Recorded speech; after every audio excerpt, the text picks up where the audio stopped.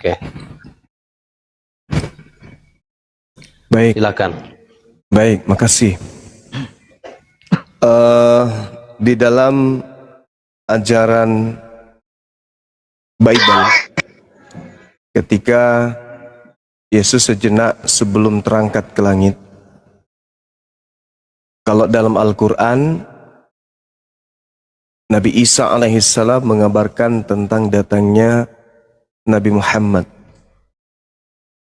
Kalau di dalam Yohanes 16 mengabarkan akan datangnya roh kebenaran.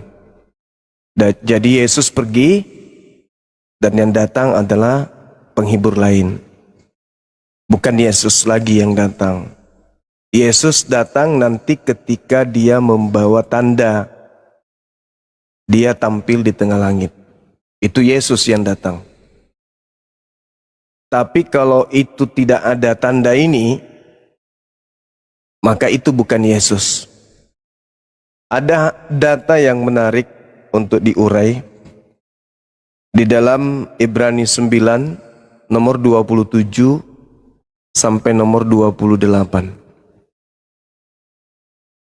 Dan sama seperti manusia ditetapkan untuk mati hanya satu kali saja, dan sesudah itu dihakimi, demikian pula Kristus hanya satu kali saja mengorbankan dirinya untuk menanggung dosa banyak orang.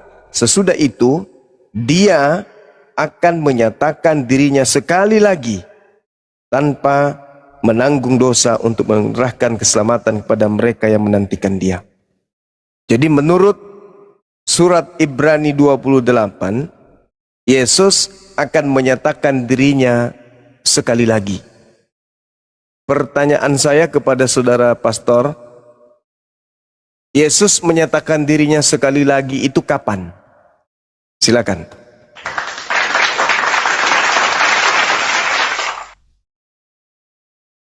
Dibuka mute-nya Pak Pastor. Tadi saya mute soalnya berisik. Ya. Jadi dari bagian-bagian Alkitab yang dikutip oleh Bang Juma, sebenarnya konteksnya itu harus dipahami. Nah, mengenai akan menyatakan diri, itu makna eskatologis. Dalam Kisah Para Rasul pasal 1 ayat 11, di situ ada penegasan bagaimana Kristus kelak datang menyatakan diri. Ya. Jadi ada di situ dijelaskan, dan berkata kepada mereka, "Hai orang-orang Galilea, mengapa kamu berdiri melihat ke langit? Yesus ini yang terangkat ke surga, meninggalkan kamu akan datang kembali dengan cara yang sama seperti kamu melihatnya." Nah, peristiwa ini akan terjadi pada waktu hari pengangkatan. Itu dijelaskan oleh Rasul Paulus sendiri di surat 1 Tesalonika pasal 4 ayat 16 dan 17. Sebab pada waktu tanda diberi, yaitu pada waktu penghulu malaikat berseru dan sangkakala Allah berbunyi, maka Tuhan sendiri akan turun dari sorga, dan mereka yang mati dalam Kristus akan lebih dahulu bangkit. Sesudah itu kita yang hidup, yang masih tinggal, akan diangkat bersama-sama dengan mereka dalam awan menyongsong Tuhan di angkasa. Demikian kita akan selama-lama bersama dengan Tuhan. Nah, jadi itu konteks eskatologis. Jadi ini penampakan secara fisik, ya, datang dalam wujud sama seperti pada waktu naik ke sorga. Nah, itu konteksnya. Oke. Oke, Pak Pastor. Nomor 1, bukankah aku ini rasul? Bukankah aku ini orang bebas? Bukankah aku telah melihat Yesus? Jadi Paulus mengakui dia melihat. Paulus mengaku melihat Yesus. Sedangkan Ibrani 9 nomor 8, Yesus akan menyatakan dirinya sekali lagi. Yang dilihat oleh Paulus ini siapa? Karena sekali lagi dia menyatakan diri itu nanti ketika dia datang membawa tanda. Nah, yang datang kepada Paulus menyatakan diri dan Paulus melihatnya ini siapa? Bukankah Yesus mengatakan bahwa ketika dia ditanya, apa tanda kedatanganmu?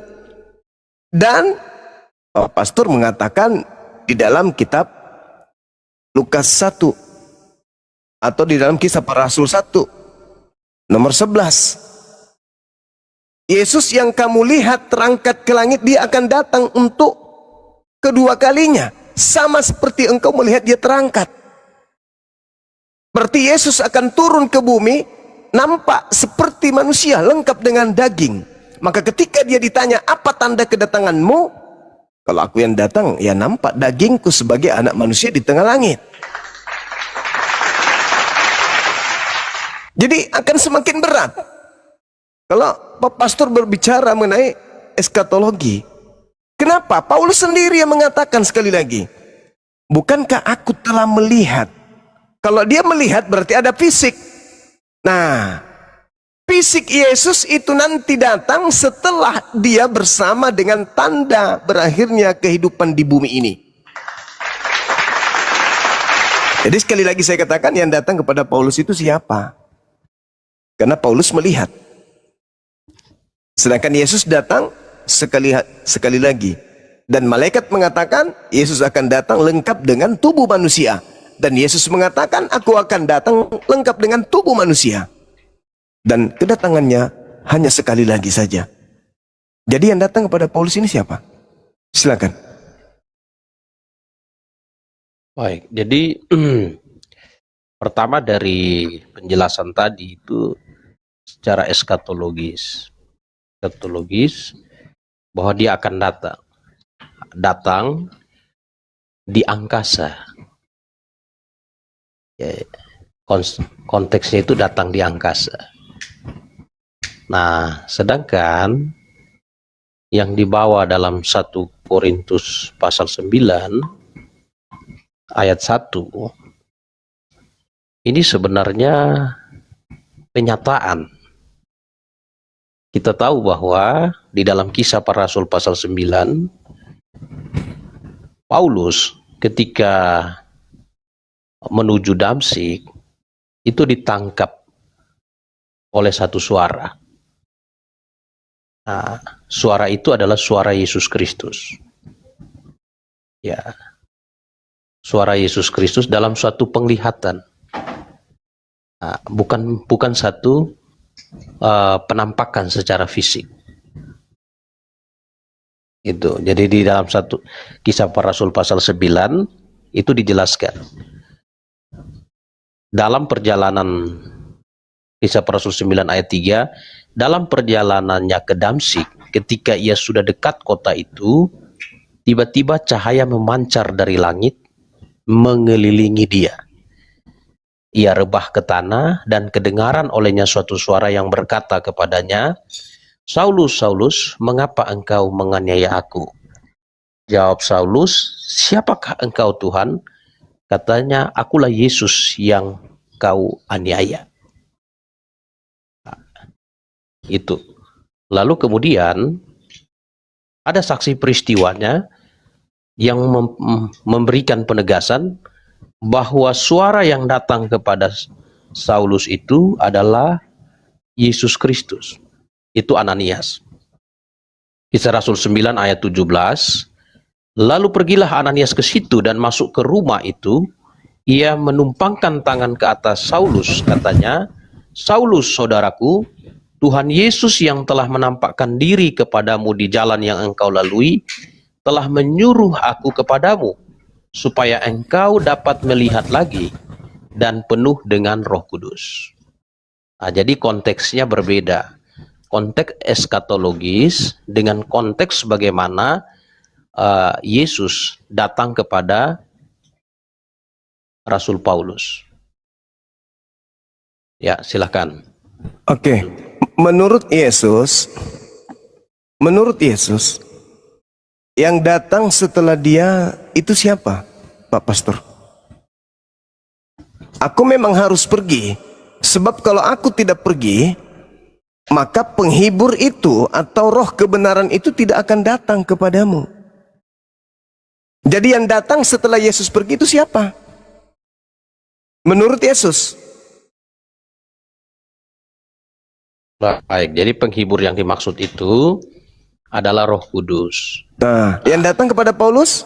Oke, Roh Kudus itu di dalam Kisah Para Rasul pasal 1, ya, ayat Kisah Para Rasul pasal 1 itu ayat 8, ini Yesus sendiri mempertegas, tetapi kamu akan menerima kuasa kalau Roh Kudus turun ke atas kamu, dan kamu akan menjadi saksiku di Yerusalem, di seluruh Yudea dan Samaria dan sampai ke ujung bumi. Nah, jadi penegasan mengenai Roh Kudus itu akan turun di 4 lokasi. Berarti yang datang Roh Kudus apa Yesus, Bang?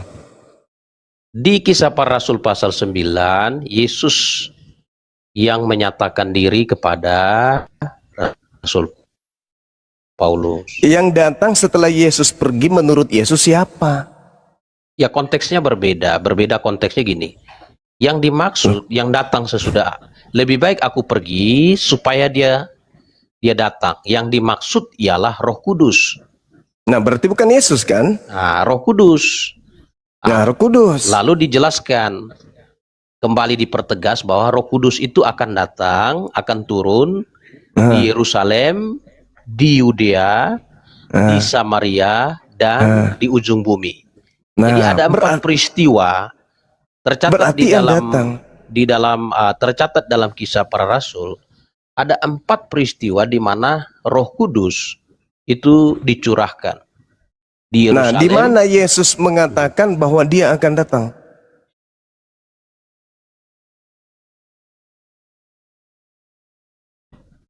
Maksudnya gimana? Kan Yesus mengatakan, memang benar jikalau aku pergi. Sebab kalau aku tidak pergi, maka roh kebenaran itu tidak akan datang. Maka yang pergi Yesus, yang datang roh kebenaran. Terus kenapa yang datang kepada Paulus justru Yesus? Bukankah Yesus mengatakan, waspadalah kepada penyesat yang datang kepadamu memakai namaku. Berarti ada 2 yang datang sebelum eskatologi ini berlaku. Yang pertama yang datang adalah roh kebenaran, yang kedua adalah Yesus palsu. Nah, sekarang yang datang kepada Paulus adalah Yesus, tidak mungkin yang asli. Karena yang asli nanti datang, ya seketika Anda membahas tentang istilah eskatologis. Ini artinya ketika akhir zaman, akhir dunia. Makanya dikatakan dalam Ibrani 9:28, sekali lagi dia menyatakan diri. Kapan itu? Pada akhir zaman. Berarti yang datang sebelum akhir zaman ada 2. Yang pertama roh kebenaran, yang kedua Yesus palsu. Yang datang kepada Paulus Yesus. Bukan roh kebenaran, bukan roh kebenaran. Bukan Roh Kudus. Tetapi Yesus. Sedangkan Yesus datang harus lengkap dengan daging, menurut malaikat dan menurut Yesus. Yesus sendiri mengatakan di dalam Matius 24 nomor 27, nomor 30, dia datang sebagai anak manusia. Dan datangnya di atas langit, akan nampak oleh seluruh manusia. Sedangkan yang datang kepada Paulus hanya mengaku Yesus doang. Dan Yesus mengajak murid-muridnya agar waspada kepada sibilis-sisis yang datang memakai namanya. Waspadalah kepada penyesat yang datang kepadamu memakai namaku dan berkata, akulah Kristus. Nah, datang nggak? Datang. Kepada siapa? Paulus. Karena sejatinya yang ditunggu oleh kaumnya, muridnya adalah roh kebenaran. Bukan Yesus lagi yang ditunggu. Siapa yang mau tunggu Yesus datang? Kalau dia datang kiamat. Maka yang datang adalah roh kebenaran. Jangan tunggu Yesus dong. Kalau mau kiamat, tunggulah dia. Dia datang hari ini, kiamat hari ini. Makanya ketika ditanya oleh murid dalam Matius 24, apa tanda kedatanganmu? Yesus mengatakan, tanda kedatanganku, langit menjadi gelap, bulan tak bercahaya, bintang berjatuhan. Terjadi enggak pada saat Yesus mengaku ketemu Yesus? Tidak. Berarti yang datang kepada Yesus, Paulus, Yesus palsu. Karena tidak ada tanda kedatangan Yesus asli. Hanya datang ngaku-ngaku, akulah Yesus. Sementara Yesus mengatakan, waspadalah kepada iblis yang datang memakai namaku dan berkata, akulah Mesias. Itu terjadi enggak? Terjadi. Kepada siapa? Paulus, Ananias, penulis Wahyu. Dan orang-orang yang murtad dari Islam. Mengaku bertemu Yesus, bla bla bla bla bla. Padahal Yesus mengatakan, waspadalah kepada penyesat yang datang kepadamu, memakai namaku dan berkata, akulah Kristus. Nah sekarang, kembali kepada yang tadi. Aku harus pergi, sebab kalau aku tidak pergi, roh kebenaran itu tidak akan datang. Berarti yang datang adalah roh kebenaran. Yang datang kepada Paulus siapa? Kristus, kan tidak nyambung. Nah ini makanya perlu saudara pastor untuk, kalau kita berbicara mengenai eskatologi, berarti yang datang itu di akhir zaman. Oke, tapi ingat, ketika yang asli datang, diikuti oleh tanda-tanda. Karena itu ucapan, itu mutlak harus terjadi. Ada enggak tanda itu terhadap Paulus? Enggak ada. Ya sudah, innalillahi wa inna ilaihi raji'un berarti. Silakan. Baik, jadi yang pertama, Matius 24 yang tadi dibawakan, yaitu bicara tentang sesuatu yang eskatologis. Nah, Yesus Kristus sendiri mengingatkan di ayat yang ke-26, jadi apabila orang lihat ia ada di padang gurun, jangan kamu pergi ke situ. Atau lihat ia ada dalam bilik, jangan kamu percaya. Jadi penampakan fisik. Ya, penampakan fisik. Nah, karena konsep penampakan fisik itu akan terjadi pada peristiwa eskatologis, yaitu pada waktu peristiwa pengangkatan. Nah, saya tadi sudah bawakan dalil yang disampaikan oleh Rasul Paulus di dalam 1 Tesalonika 4 ayat 16-17. Ya. Artinya, Rasul Paulus sendiri menyatakan mengenai peristiwa itu. Nah, mengenai Roh Kudus, janji tentang Roh Kudus itu sudah digenapi. Ya, peristiwa itu kapan terjadi? Kapan roh kebenaran itu datang? Nah, peristiwanya kapan roh kebenaran itu datang, itu dijelaskan dalam Injil Yohanes pasal 7, Yohanes pasal 7 ayat 37 sampai 39. Ya. Dan pada hari terakhir, yaitu pada puncak perayaan itu, Yesus berdiri dan berseru, barang siapa haus, baiklah ia datang kepadaku dan minum. Barang siapa percaya kepadaku, seperti yang dikatakan oleh kitab suci, dari dalam hatinya akan mengalir aliran-aliran air hidup, yang dimaksudnya ialah roh yang akan diterima oleh mereka yang percaya kepadanya, sebab roh itu belum datang karena Yesus belum dimuliakan. Jadi Yesus dimuliakan itu peristiwanya pada waktu dia naik ke sorga. Nah, naik ke sorga. Dan ditandai Yesus sebelum naik, dia menyatakan bahwa kamu akan menerima kuasa. Kalau Roh Kudus itu turun ke atas kamu, kamu akan menjadi saksiku di Yerusalem, di Samaria, di Yudea, dan sampai ke ujung bumi. Kalau kita bicara tentang roh kebenaran, itu sudah terjadi penggenapan. Artinya peristiwa penggenapan roh kebenaran itu sudah terjadi sebelum Rasul Paulus, ya, Rasul Paulus mendapat penglihatan mengenai Yesus Kristus yang datang kepadanya. Nah, Rasul Paulus sendiri mempertegas posisi di dalam 1 Korintus 15 ayat 8. Ya, 1 Korintus 15 ayat 8, Rasul Paulus mempertegas bahwa Kristus terakhir menampakkan diri kepadanya. Ya, 1 Korintus 15 ayat 8, ya dikatakan, Oke, saya baca dari ayat yang kelima. Bahwa ia telah menampakkan diri kepada Kefas, kemudian kepada ke-12 muridnya. Sesudah itu ia menampakkan diri kepada lebih dari 500 saudara sekaligus. Kebanyakan dari mereka masih hidup sampai sekarang, tetapi beberapa di antara mereka telah meninggal. Selanjutnya ia menampakkan diri kepada Yakobus, kemudian kepada semua rasul. Dan yang paling akhir dari semua, ia menampakkan diri juga kepadaku, sama seperti kepada anak yang lahir sebelum waktunya. Nah, ini penegasan Rasul Paulus, dan pernyataan Rasul Paulus ini diterima dan didukung oleh rasul-rasul yang lain. Diterima dan didukung oleh jemaat-jemaat. Kenapa? Karena yang bertemu dengan Paulus, ya, juga dia bertemu dengan Ananias. Ananias mempertegas kesaksian Rasul Paulus. Didukung oleh Rasul Petrus. Di dalam 2 Petrus pasal 3 ayat 15, Rasul Petrus menjelaskan mengenai posisi Rasul Paulus di dalam kekristenan. 2 Petrus 3 ayat 15-16. Anggaplah kesabaran Tuhan kita sebagai kesempatan bagimu untuk beroleh selamat. Seperti juga Paulus, saudara kita yang kekasih, telah menulis kepadamu menurut hikmat yang dikaruniakan kepadanya.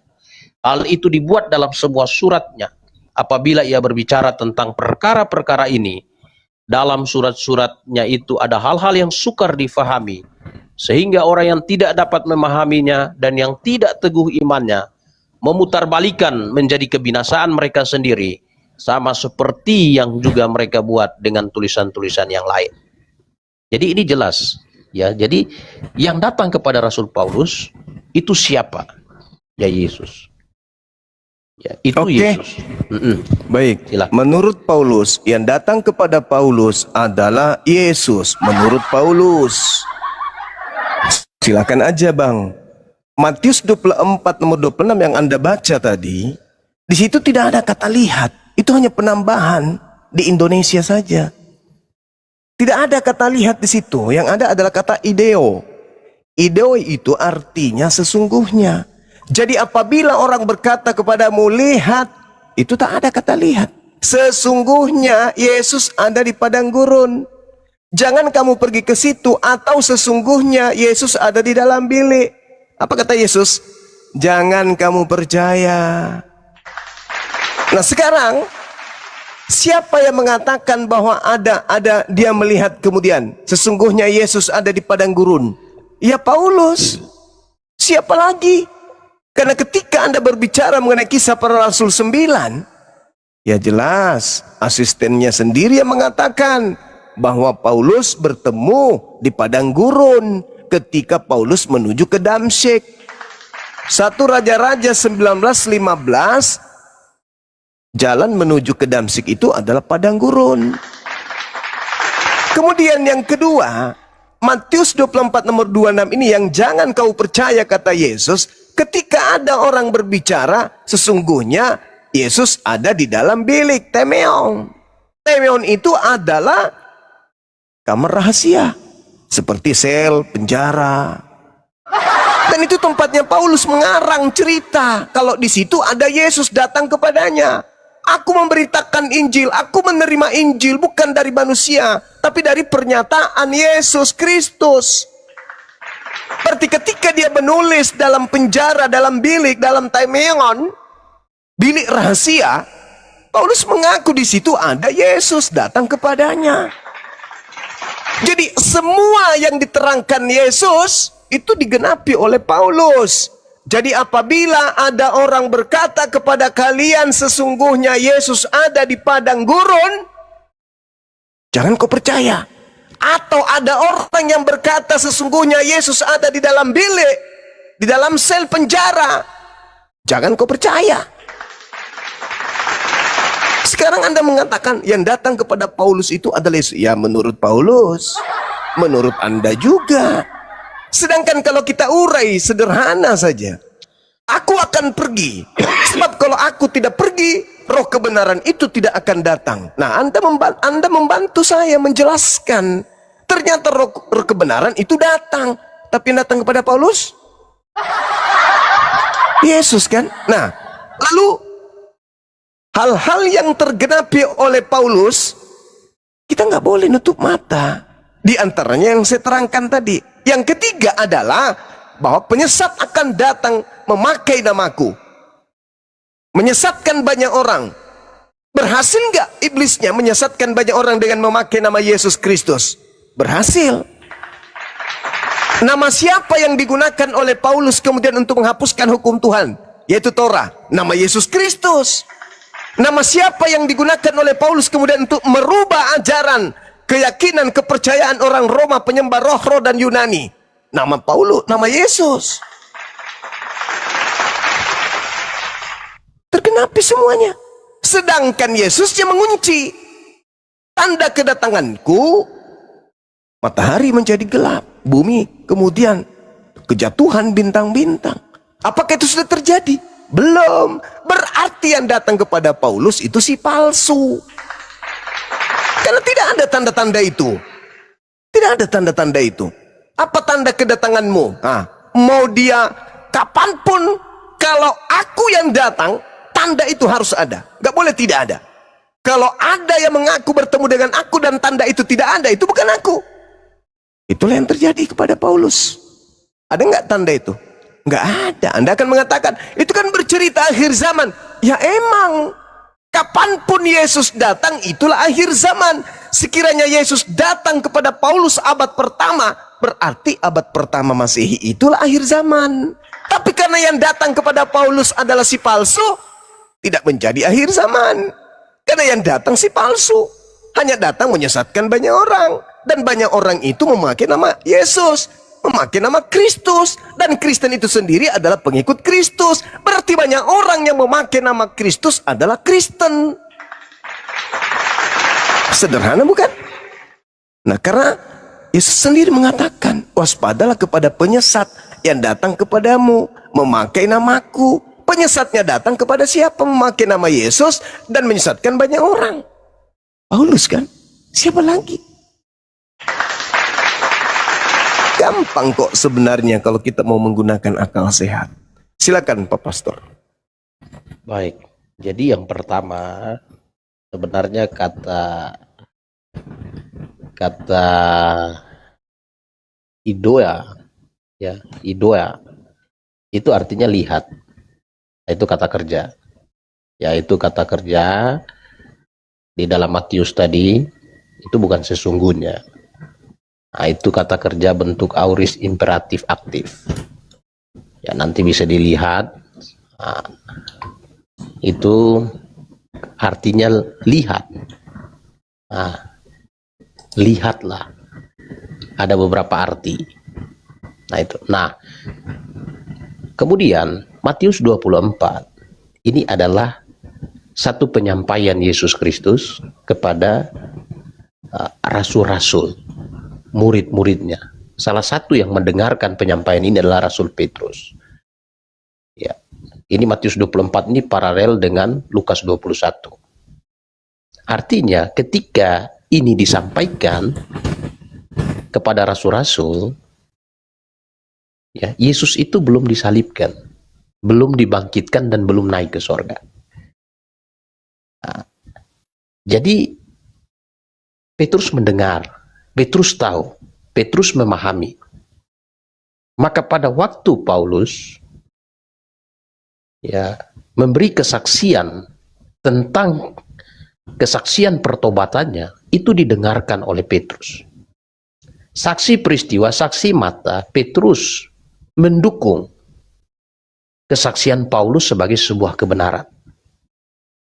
Nah, Petrus dukung.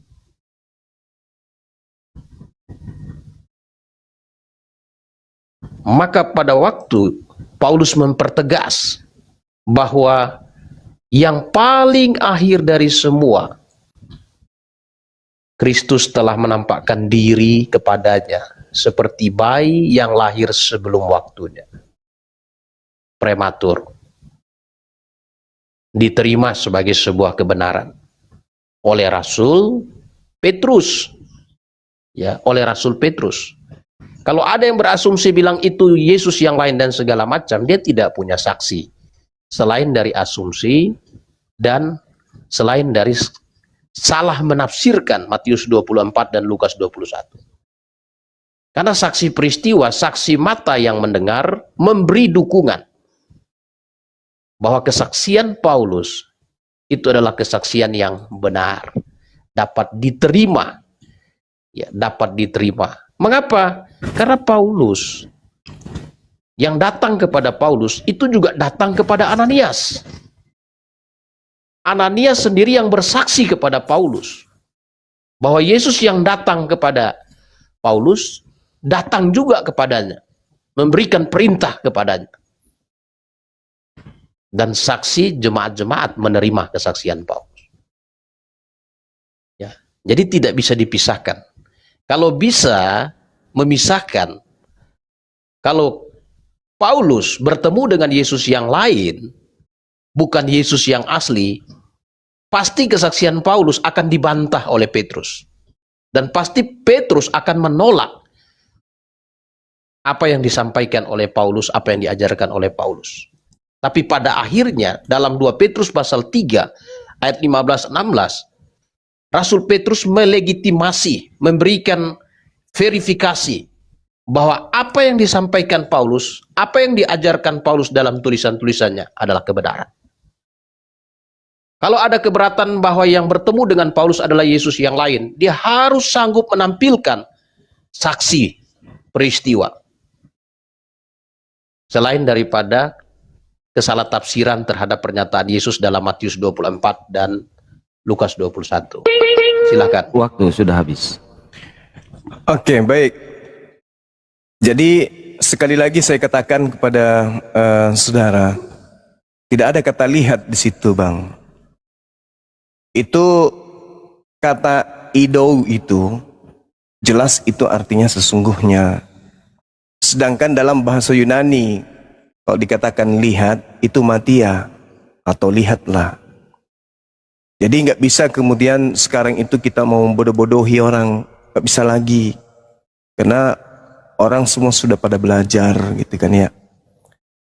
Tapi saya lihat Anda hanya berputar-putar di situ, berputar dan berputar tentang pengakuan Petrus, sedangkan Anda harus tahu nih, ketika Yesus berkata kepada muridnya termasuk Petrus, Anda lihat dulu keadaan yang ada, bahwasanya Petrus sendiri tidak percaya tentang kebangkitan. Petrus sendiri ketika menemukan orang yang keluar dari kubur itu mengiranya hantu. Sedangkan Yesus melegitimasi keadaan itu. Sebab Kristus palsu akan datang, melakukan tanda yang dahsyat, mujizat-mujizat. Apa tujuannya tanda dahsyat dan mujizat dilakukan oleh Yesus palsu? Titik 2. Sekiranya mungkin menyesatkan murid-murid pilihan juga termasuk Petrus. Jadi kalau Anda menggiring Petrus kok memberikan legitimasi, berarti nubuatan Yesus bahwa muridnya juga akan disesatkan oleh Kristus palsu, betul. Terjadi berarti. Karena keadaan yang ada nih di awal nih, coba Anda baca di dalam Lukas 24, nomor 9, nomor 10, nomor 11, nomor 12. Percaya enggak Petrus terhadap kebangkitan itu? Tidak. Percaya enggak kalau Yesus keluar dari kubur? Tidak. Anda baca itu. Bahkan di Matius 28, 18, 19 pun mereka ragu-ragu. Ini Yesus atau bukan? Jadi jangan Anda kemudian mengatakan bahwa Petrus ingat sekali lagi. Ketika Yesus berkata kepada muridnya, sebab Yesus palsu akan datang melakukan tanda yang dahsyat dan mujizat, sekiranya mungkin menyesatkan Petrus. Itu fakta, itu real. Jadi jangan seketika, oh Petrus. No. Kalau itu terjadi, berarti Petrus sudah masuk ke dalam penggenapan kalau murid pilihan juga akan disesatkan oleh Yesus palsu. Jadi itu bukan bukan jadikan sebagai sandaran. Oh Petrus begini. Justru kalau Anda membawa Petrus, Anda membawa Kepas, Anda membawa seluruh muridnya sekalipun, berarti justru itu menggenapi nubuatan Yesus bahwa orang-orang pilihan juga akan disesatkan oleh Yesus palsu. Sekarang permasalahannya bukan di situ. Permasalahannya nasihat Yesusnya. Ada 3 yang datang setelah dia terangkat ke langit. Yang pertama adalah si palsu, ngaku Yesus. Yang kedua adalah roh kebenaran. Yang ketiga Yesus asli. Nih, saya tegaskan lagi kepada saudara. Tanda Yesus palsu ketika datang keluar dari kubur. Tuh. Tanda Yesus asli ketika dia datang keluar dari langit. Beda kan? Kemudian roh kebenaran itu ketika datang memuliakan dirinya, bukan menghina apalagi mengutuknya. Jelas itu. Sekali lagi saya simpulkan. Jangan, enggak usah bawa Petrus. Petrus kok begini? Enggak perlu. Karena Yesus sudah membuka kunci utama bahwa murid-muridnya pun akan disesatkan kemudian oleh Yesus palsu itu.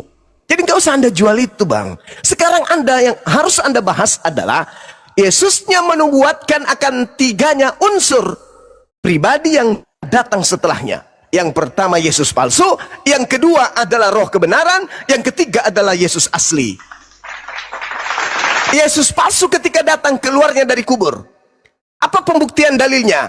Matius 12, nomor 38 sampai nomor 40. Angkatan jahat ini minta satu tanda. Dan tidak akan diberikan satu tanda apapun selain anak manusia keluar dari kubur. Petrus berkhotbah, Kisah Para Rasul 2 nomor 29, 30, 31, 33. Yesus jasadnya tidak akan ditinggal di kuburan. Jasadnya tidak mengalami kematian, tetapi tangan kanan Elohim akan mengangkatnya ke langit. Jelas itu. Berarti yang datang setelahnya adalah Yesus palsu. Makanya tadi saya membaca dalil Ibrani 9 nomor 28 yang tadi. Ibrani berapa tadi itu? Ibrani 7. Itu jelas itu.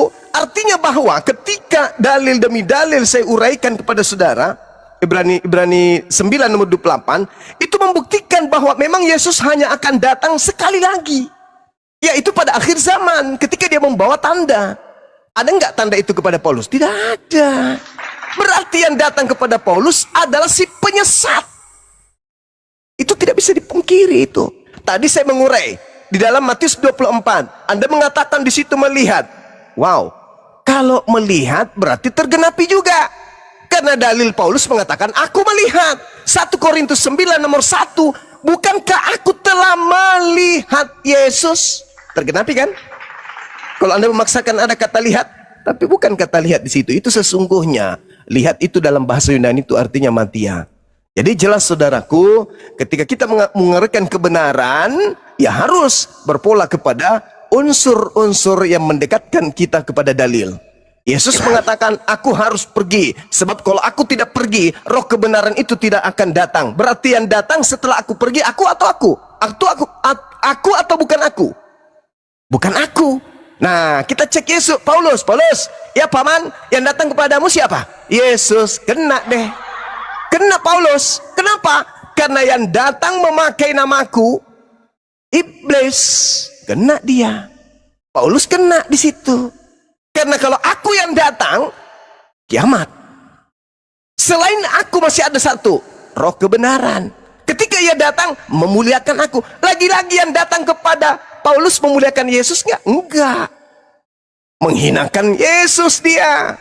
Kristus telah menebus kita dari kutuk-kutuk hukum Torah dengan jalan menjadi kutuk karena kita, sebab ada tertulis, terkutuklah Yesus, terkutuklah dia, terkutuklah orang yang mati digantung di atas salib. Terkutuk dong Yesus. Berarti dia tidak memuliakan, dia menghinakan Yesus. Berarti yang datang kepada Paulus ini bukan roh kebenaran dan juga bukan Yesus, karena tidak ada tanda. Kalau aku yang datang, maka tanda ini akan menyertai. Itu yang perlu Anda pahami dengan baik. Bahwasanya, sekali lagi saya katakan, ada 3 yang datang setelah Yesus. Yang pertama adalah si palsu, yang menyesatkan banyak orang yang datang kepada murid Yesus, yang datang menyatakan diri kemudian di padang gurun, menyatakan diri dalam bilik rahasia, dan yang kedua adalah roh kebenaran yang memuliakan Yesus, dan yang ketiga adalah sang pembawa tanda berakhirnya kehidupan di bumi yang asli Yesus. Al-Quran As-Zukhruf ayat 61, Matius 24, data nomor 27, 29, dan 30. Demikian. Baik, hal pertama saya harus tunjukin data bahwa arti kata ido itu adalah melihat. Saya balikan kamera. Oke. Nah, ini leksikon. Ya, tuh ido. See, behold, look. Oke. Ini strong leksikon. Karena saya bukan bukan pengarang bebas, tapi saya bicara dengan data. Ya, itu. Lalu kemudian ada banyak kesalahtafsiran yang disampaikan oleh saudaraku Juma mengenai tanda Nabi Yunus dalam Matius pasal 12. Itu Yesus berbicara tentang bagaimana dia akan berada di dalam rahim bumi selama 3 hari 3 malam. Di dalam Matius pasal 12, Matius pasal 12 ayat 39 sampai 40. Tetapi jawabnya kepada mereka, angkatan yang jahat dan yang tidak setia ini menuntut satu tanda. Tetapi kepada mereka tidak akan diberikan tanda selain tanda Nabi Yunus. Sebab Yunus tinggal di dalam perut ikan 3 hari 3 malam. Demikian juga anak manusia akan tinggal di dalam rahim bumi 3 hari 3 malam. Jadi itu jelas. Petrus, beberapa rasul-rasul, awal-awal kebangkitan Kristus, mereka meragukan. Mereka meragukan. Itu sebabnya Yesus mengecam ketidakpercayaan mereka dalam Markus 16. Tapi sesudah peristiwa itu, karena iman itu bukan statis. Iman Kristen itu bukan sesuatu yang statis, tapi sesuatu yang dinamis. Petrus pernah menyangkal Yesus. Tapi kemudian Petrus menguatkan saudara-saudara yang lain. Nah, maka kita perlu lihat konteks narasi yang dimaksud. Ya, kalau hanya dihantam kromo ya jadi kesimpulannya jadi sembarangan. Maka ketika kita bicara tentang satu peristiwa, kita harus berani bicara tentang saksi. Kalau tidak ada saksi, berarti itu narasi kosong. Itu hanya asumsi. Asumsi yang disebabkan oleh kesalahtafsiran. Penegasannya ialah saksi mata, saksi peristiwa itu hadir. Kalau menolak kesaksian Petrus, menolak kesaksian jemaat mula-mula, lalu kemudian membangun suatu narasi berdasarkan kesalahtafsiran, ya pasti sesat. Pasti sesat. Dan itu yang terjadi hari ini dengan apa yang dilakukan Bang Juma. Ya, dilakukan oleh Bang Juma. Kan jelas-jelas sudah diperjelas secara tegas. Rasul Paulus sendiri mengatakan yang paling akhir dari semua, dia telah menampakkan diri kepadaku sama seperti bayi yang lahir sebelum waktunya. Itu jelas. Jadi yang dimaksud di dalam Matius 24 itu adalah sesuatu yang berhubungan dengan peristiwa eskatologis. Sedangkan penyingkapan melalui penglihatan pewahyuan dalam kitab Wahyu, penyataan melalui penyataan Yesus Kristus melalui kepada Rasul Yohanes dan segala macam, itu tidak masuk dalam apa yang dijelaskan dalam Matius 24. Nah, itu jelas. Gitu. Maka kesaksian Rasul Paulus diterima oleh jemaat, diterima oleh Rasul Petrus. Ya. Kalau diragukan kesaksian Petrus, akar kekristenan itu timbul dari mana?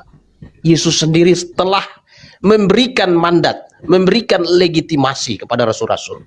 Bahwa roh kebenaran itu akan memimpin mereka, akan mengingatkan segala sesuatu yang telah mereka terima. Itu. Oke. Kayaknya singkat sekali waktu saya. Silakan. Jadi gini, lagi-lagi Anda menguatkan pernyataan saya kan. Lagi-lagi Paulus yang menjadi landasan akhir. Yesus sendiri yang telah menampakkan diri sama seperti aku melihat bayi dan seterusnya. Kan sudah saya katakan tadi. Anda bantah dong itu. Di mana Yesus mengatakan bahwa si palsu pun akan menyesatkan Petrus.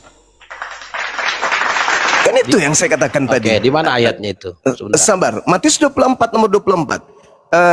Akang bisa buka kamera, Kang? Bisa Guru. Nah, silakan kita lihat di dalam Alkitab Sabda.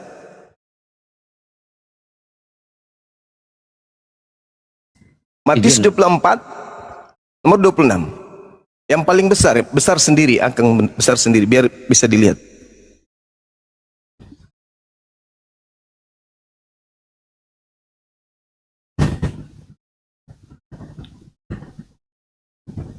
Kang, Akang, Cek satu. Bunda Bang Zuma. Waalaikumsalam warahmatullahi wabarakatuh. Agak Dinda ngelek. Christian. Assalamualaikum. Matius. Hakikian. Iya, Waalaikumsalam. Waalaikumsalam warahmatullahi wabarakatuh. Dibesarin sendiri, Kang. Ya. Buka Alkitab Sabda Matius berapa Guru? 24-26. 24. Saya balikin dulu kameranya.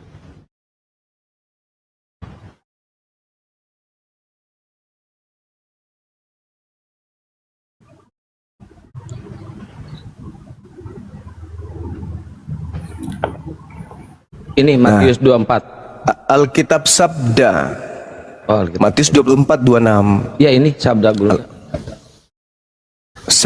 Satu data aja. Kan kita mau lihat original teksnya. Ini Gurunda. Ini ya Kang. Nah, Iya. benar Rahma aja.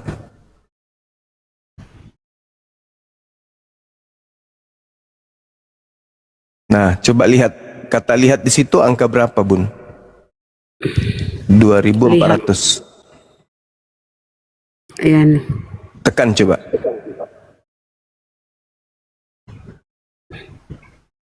Apa terjemahannya?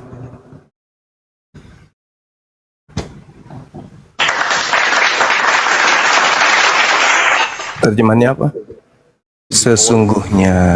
Behold. Sesungguhnya. Behold itu. Sesungguhnya. Nah, itu dalam terjemahan lain. Ini sesungguhnya. Sekarang behold, sabar see. dulu. Sabar dulu. Sekarang Bunda masuk di terjemahan Indonesia Yunani. Iya dong, harus jujur kita. Ya jujur. 200. Terjemahan Indonesia Yunani. Buka laman baru. Sudah itu Bunda. Sudah. Udah. Terjemahannya Gurunda. Astagfirullahaladzim, ya Allah ya Karim. Terjemahan Indonesia Yunani di laman baru.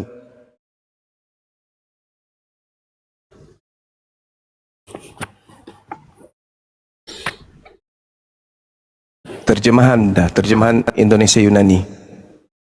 Bentar Gurunda. Ini kita ngajar anak TK si pastor kita ini. Sorry.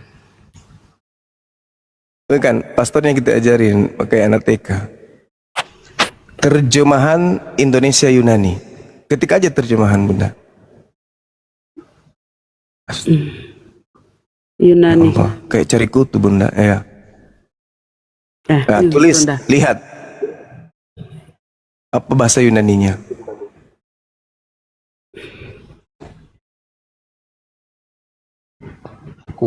Lihat tuh aku. Mati ya. Bukan Idau. Pastor. Karangke manyang.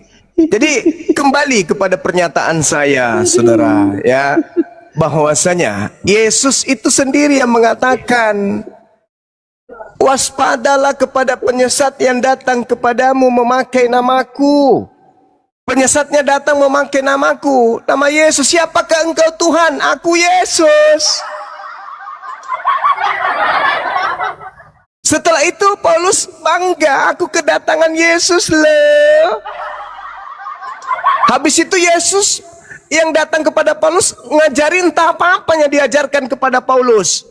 Makan babi boleh, ini halal, hukum Torah itu sampah, pencipta langit dan bumi itu turun ke bumi jadi manusia, mati terkutuk, dibunuh manusia. Itu ajaran Paulus semua tuh. Dari bisikan Kristus. Nah sekarang permasalahannya di mana? Ketika Yesus berkata, waspadalah agar kamu jangan disesatkan, sebab akan datang banyak penyesat memakai namaku. Siapa banyak penyesat memakai nama Yesus? Hindu enggak, Buddha enggak, ateis enggak, Islam apalagi. Satu-satunya kandidat ya Aliteng. Aliteng yang datang kemudian memakai nama Yesus dan menyesatkan banyak orang dengan nama itu. Nama itu yang dia pakai untuk menyesatkan. Sekarang siapa yang kemudian mengajak umat manusia dengan nama Yesus masuk ke dalam agamanya? Ya Aliteng, siapa lagi? Tergenapi bukan? Tergenapi. Kenapa bisa? Karena Kristus datang kepada pendiri agama Kristen, yaitu Paulus. Jadi Kristus palsu datang kepada nabinya. Makanya Paulus menjadi nabi. Paulus yang nabi ini mampu bermujizat, melakukan tanda-tanda yang dahsyat, sekiranya mungkin menyesatkan murid-murid pilihan juga. Jadi jangan lagi Anda bawa Petrus menjadi saksi. Kalau tidak ada saksi berarti itu adalah sebuah kebohongan, itu kesesatan. Loh, justru yang Anda jelaskan ini penggenapan dari nubuat Yesus, bahwa Kristus palsu akan melakukan tanda yang dahsyat, akan melakukan banyak mujizat, sekiranya mungkin menyesatkan siapa? Paulus, Petrus dan teman-temannya. Anda kenapa kemudian sulit untuk memahami itu? Sekali lagi saya urai. Yesus berpesan akan ada 3 yang datang setelah dia terangkat ke langit. Yang pertama adalah Yesus palsu, yang kedua adalah roh kebenaran, yang ketiga adalah Yesus asli. Nah, Anda tadi masuk ke dalam Matius 12. Anda tahu nggak itu Matius 12 itu? Angkatan jahat minta satu tanda. Apa tanda yang diberikan kepada angkatan jahat? Keluar dari kubur kan, hari ketiga. Siapa yang percaya sekarang ini keluar dari kubur? Yahudi atau Kristen? Ya Kristen. Berarti Kristen ini angkatan apa? Ya angkatan jahat. Makanya waspadalah kepada penyesat. Penyesat itu jahat gak? Jahat. Makanya Petrus berkhotbah. Jadi Yesus yang kalian salibkan itu telah dijadikan menjadi Kristus. Dan Tuhan untuk siapa? Untuk angkatan jahat. Siapa yang menerima hadiah dari angkatan jahat? Kristen. Makanya Yesus ketika bertemu Kristen nanti, pada hari terakhir nanti, banyak orang memanggil aku Tuhan. Bukankah kami bernubuat, mengusir setan, bermujizat, pakai namamu? Pada saat itulah aku Yesus akan berterus terang kepada siapa? Kepada Kristen. Enyahlah daripada aku, wahai Kristen. Aku tidak mengenal kalian, wahai Kristen. Kalian semua adalah pembuat kejahatan, wahai Kristen. Tamat di situ kan? Lalu siapa yang mau diusir? Sementara yang memanggil Yesus Tuhan bermujizat, usir setan hanya Kristen. Berarti yang diusir ya Kristen. Karena memang dialah Kristen yang memakai nama Yesus untuk menyesatkan banyak orang. Itu fakta, itu real. Mau kemana perginya? Jadi kesimpulan saya, yang datang kepada Paulus itu adalah Yesus. Memang Yesus. Betul-betul Yesus. Tapi palsu. Silakan.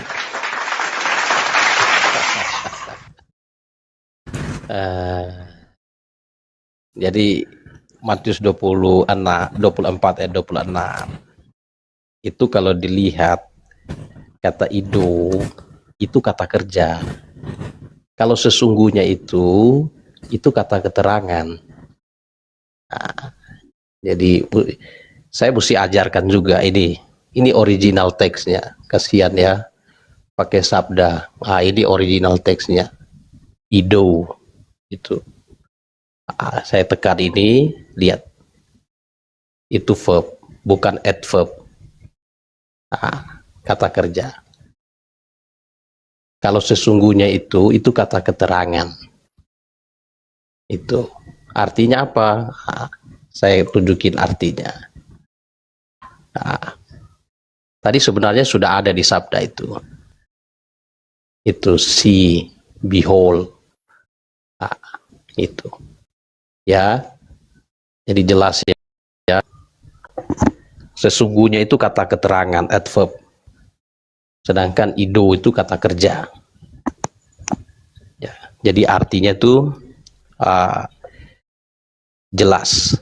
Lalu sebenarnya upaya untuk menuduh bahwa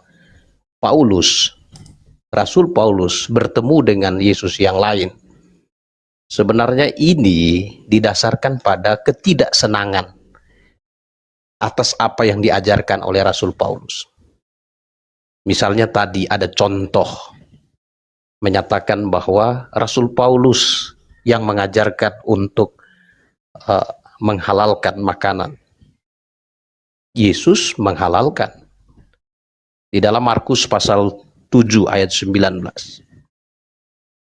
Markus pasal 7 ayat 19, di situ Yesus tegaskan bahwa semua makanan halal. Ya, Markus pasal 7 ayat 19. Karena bukan masuk ke dalam hati tetapi ke dalam perut lalu dibuang di jamban. Dengan demikian ia menyatakan semua makanan halal. Ya. Bagi ahli Taurat yang hidup sejaman dengan Yesus, mereka melihat tindakan Yesus itu melawan hukum Taurat. Sama seperti teman-teman Muslim Bang Zuma malam hari ini melihat ajaran Paulus. Ya. Di dalam Yohanes pasal 5 ayat 17-18 dikatakan, tetapi ia berkata kepada mereka, Bapakku bekerja sampai sekarang, maka aku pun bekerja juga. Sebab itu orang-orang Yahudi lebih berusaha lagi untuk membunuhnya. Bukan saja karena ia meniadakan hari Sabat, tetapi juga karena ia mengatakan bahwa Allah adalah Bapanya sendiri. Dengan demikian menyamakan dirinya dengan Allah. Ini Yesus. Ya, ini ditulis oleh Yohanes, Rasul Yohanes. Jadi Paulus, apa yang diajarkan Paulus itu sangat relevan dengan yang diajarkan oleh rasul-rasul yang lain. Jadi tidak ada alasan untuk memisahkan pengajaran Paulus lalu menuduh bahwa Paulus bertemu dengan Yesus yang lain. Karena tidak ada saksinya. Tuduhan yang mengatakan bahwa Yesus yang bertemu dengan Paulus adalah Yesus yang lain. Kalau kita tanya siapa saksi peristiwanya?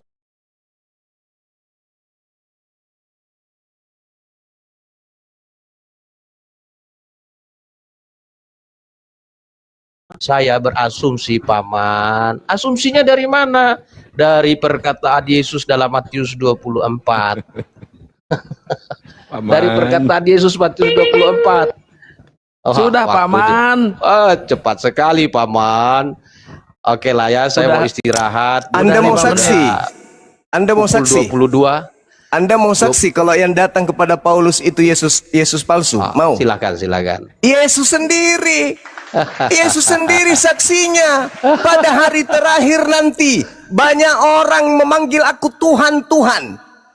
Bukankah kami bernubuat, mengusir setan, bermujizat? Pada hari itulah aku akan berterus terang kepada mereka, enyahlah daripadaku, aku tidak mengenal kalian. Kalian semua adalah pembuat kejahatan. No, telan itu, makan itu. Yesus sendiri yang mengusir Kristen. Apa Anda berpikir bahwa yang akan diusir itu Islam? Atau yang Anda berpikir bahwa yang diusir itu adalah Hindu? Hah? Yesus sendiri yang menjadi saksi pada hari terakhir. Siapa yang selama ini memanggil Yesus Tuhan? Bernubuat, mengusir setan, pakai nama Yesus. Islam. Pret. Pendeta, pastor, dan jemaatnya lah yang akan diusir. Yesus sendiri yang menjadi saksi. Dan itu tertuang di dalam kitab saudara. Sekarang Anda tidak sanggup, bukan? Mengatakan bahwasanya Apakah nubuat Yesus yang berkata, waspadalah agar kalian jangan disesatkan, sebab akan datang banyak orang memakai namaku dan berkata, akulah Mesias. Mereka akan menyesatkan banyak orang. Ketika Anda ditanya, apakah nubuat Yesus ini tergenapi? Banyak orang memakai nama Yesus untuk menyesatkan orang lain. Tergenapi enggak? Tergenapi. Mana orang banyak itu yang memakai nama Yesus menyesatkan orang banyak? Ada enggak kandidat selain Kristen? Tidak ada. Berhasil enggak Kristus palsu menyesatkan banyak orang memakai nama Yesus Kristus? Berhasil dong. Mana orang banyak itu?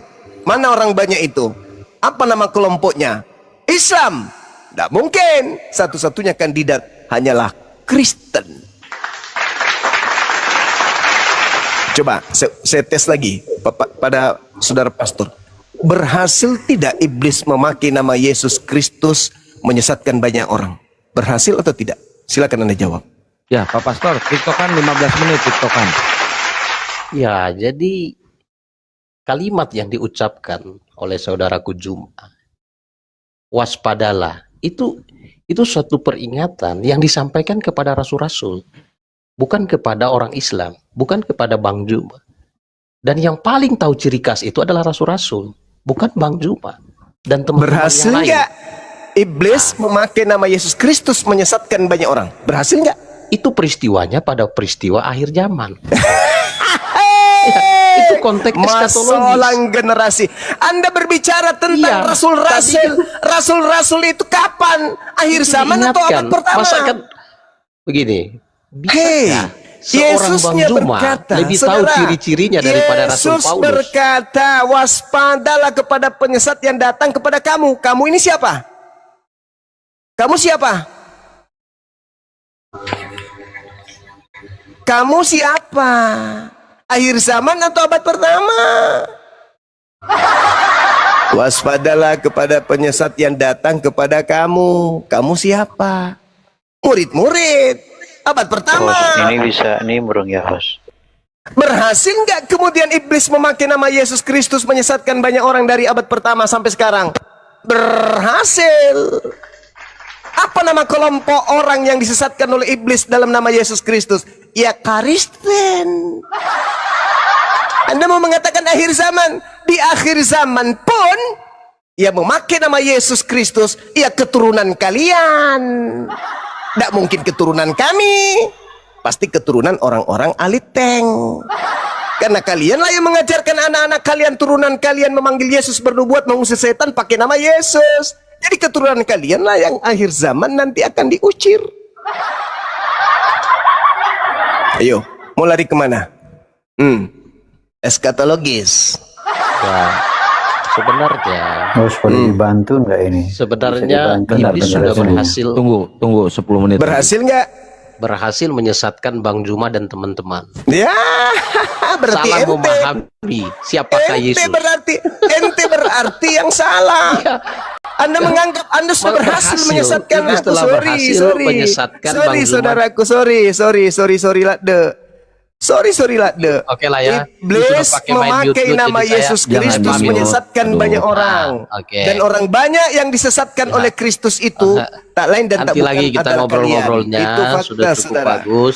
Itu fakta, Biarkan itu real. dipertimbangkan baik-baik ya. Ya, Anda lah Kasih yang untuk pertimbangkan karena Anda menjadi Kristen akibat Nah. adanya orang Nah, Barat saya yang hanya datang ke kasihan aja. Nusantara. Kalau Anda ingin Selamat malam. menutupi kepahitan yang saya sampaikan dengan cara seperti itu, ya derita Tidak lo. pahit, tidak pahit. Pahit Tadi kan dong. saya sudah jelaskan. Pahit Saya ini dong, objektif itu kan loh. fakta. Itu kan fakta.